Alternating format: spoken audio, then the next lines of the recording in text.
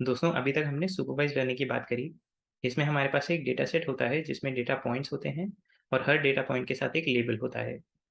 लेकिन supervised learning के अलावा और भी सेटिंग्स होती हैं मशीन लर्निंग में, जिनके बारे में हम अब बात करेंगे। दोस्तों, मैं हूं प्रसून और इस वीडियो में हम अनसुपरवाइज्ड लर्निंग और सेल्फ सुपरवाइज्ड लर्निंग के बारे में बात करेंगे।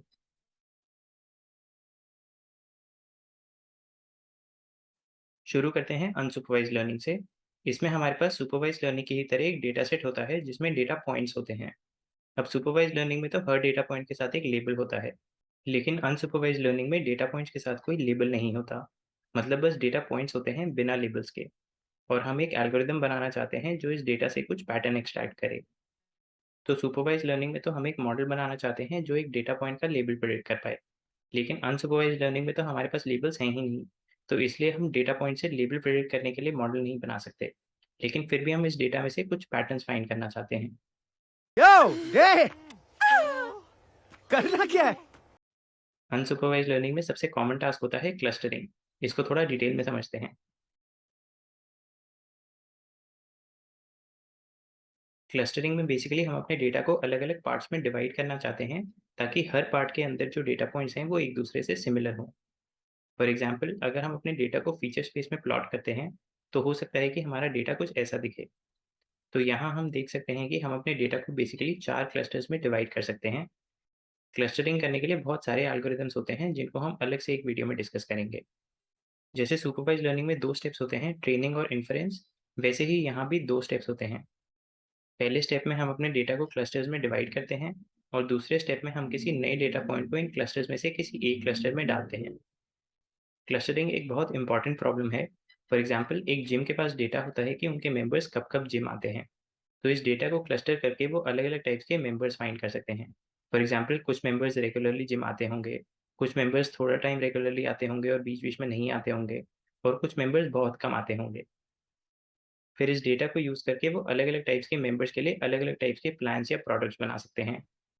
इसी तरह कोई भी बिजनेस जैसे नेटफ्लिक्स, इंस्टाग्राम और गूगल भी अपने यूजर्स को क्लस्टर कर सकता है और उनको अलग अलग टाइप्स के एड्स, प्लान्स या रिकमेंडेशंस दे सकता है। इसके अलावा और भी फील्ड्स में क्लस्टरिंग को यूज़ किया जा सकता है। फॉर एग्जांपल, हेल्थ केयर में हम लोगों को उनके बॉडी टाइप्स के हिसाब से अलग अलग क्लस्टर्स में डिवाइड कर सकते हैं और फिर अलग अलग टाइप्स के लोगों के लिए अलग अलग टाइप्स की डाइट या हेल्थ प्लान सजेस्ट किया जा सकता है। इसी तरह किसी कंट्री की गवर्नमेंट भी पॉपुलेशन को अलग अलग क्लस्टर्स में डिवाइड करके अलग अलग ग्रुप्स के लिए अलग अलग स्कीम्स ला सकती है, and so on. Unsupervised learning से ही एक रिलेटेड कॉन्सेप्ट है सेल्फ सुपरवाइज्ड लर्निंग। इसमें हम मैनुअली डेटा पॉइंट्स को लेबल नहीं करते, लेकिन हमारा टास्क कुछ ऐसा होता है कि हम अनलेबल्ड डेटा पॉइंट से ही अपने मॉडल को सुपरवाइज कर सकते हैं। इसको कुछ एग्जाम्पल से समझते हैं। सबसे पहले बात करते हैं ऑटो एनकोडर्स की। ये एक स्पेशल टाइप के न्यूरल नेटवर्क्स होते हैं जिनमें हम एक इनपुट फीड करते हैं और हमारे मॉडल की आउटपुट हमारी इनपुट से सेम होनी चाहिए। यहाँ यूजुअली बीच के लेयर्स में इनपुट और आउटपुट लेयर से कम न्यूरॉन्स होते हैं, तो इसलिए पहले की कुछ लेयर्स इनपुट के फीचर्स में से सबसे यूजफुल इन्फॉर्मेशन निकालती है और फिर बाद वाली लेयर्स इस यूजफुल इन्फॉर्मेशन से आउटपुट जनरेट करती है, ताकि वो इनपुट से क्लोज हो। पहले वाली लेयर्स को एनकोडर लेयर्स बोलते हैं और बाद वाली लेयर्स को डिकोडर लेयर्स बोलते हैं। फॉर एग्जाम्पल, अगर हमारी इनपुट एक इमेज है और इसमें एक ट्री है, तो ट्री के अंदर की लीव्स का पैटर्न इंपॉर्टेंट नहीं है। तो हम ओरिजिनल फीचर्स को रिड्यूस करके सिर्फ ट्री की जनरल शेप को एनकोड कर सकते हैं और फिर इस इन्फॉर्मेशन से हम एक आउटपुट इमेज जनरेट कर पाएंगे जो ऑलमोस्ट हमारी इनपुट जैसी होगी।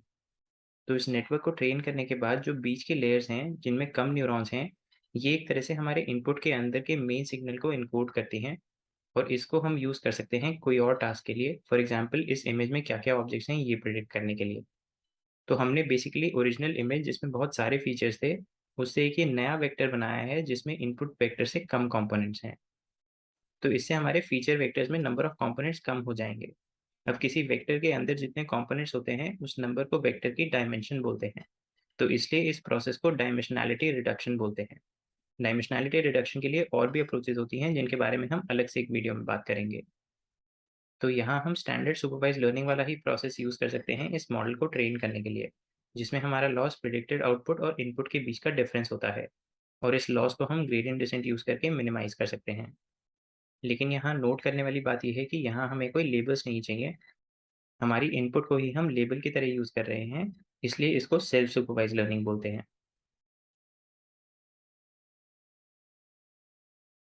सेल्फ सुपरवाइज्ड लर्निंग का एक और एग्जांपल देखते हैं, जो चैट जीपीटी जैसे मॉडल्स को ट्रेन करने के लिए यूज़ किया जाता है। सपोज़ हमारे पास एक डॉक्यूमेंट है, तो हम इस डॉक्यूमेंट में से एक रैंडम सेंटेंस ले सकते हैं। फिर हम एक मॉडल बना सकते हैं जिसको हम इस सेंटेंस के पहले कुछ वर्ड्स देंगे एज़ इनपुट, और इस मॉडल को अगला वर्ड प्रिडिक्ट करना है। इसी तरह अगर हम इस मॉडल को बहुत सारे आर्टिकल्स, बुक्स वगैरह पे ट्रेन करेंगे, तो हमारा मॉडल लर्न कर लेगा कि किन वर्ड्स के बाद कौन से वर्ड्स यूजुअली आते हैं। ये हमारा ट्रेनिंग का प्रोसेस है। फिर इन्फरेंस के टाइम हम इस मॉडल को अगर कुछ नए वर्ड्स की सीक्वेंस देते हैं, तो वह नया टेक्स्ट जनरेट कर सकता है। इस टाइप का मॉडल जो एक वर्ड्स की सीक्वेंस इनपुट में लेता है और नेक्स्ट वर्ड प्रिडिक्ट करता है, इसको लैंग्वेज मॉडल बोलते हैं। तो ये भी सेल्फ सुपरवाइज्ड लर्निंग का एग्जाम्पल है। हमें मैनुअली कोई डेटा को लेबल करने की ज़रूरत नहीं है।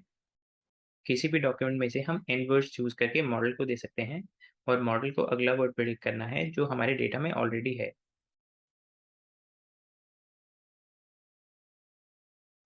तो दोस्तों, फिलहाल इस वीडियो में इतना ही। चलिए रिव्यू कर लेते हैं हमने जो भी देखा है उसे।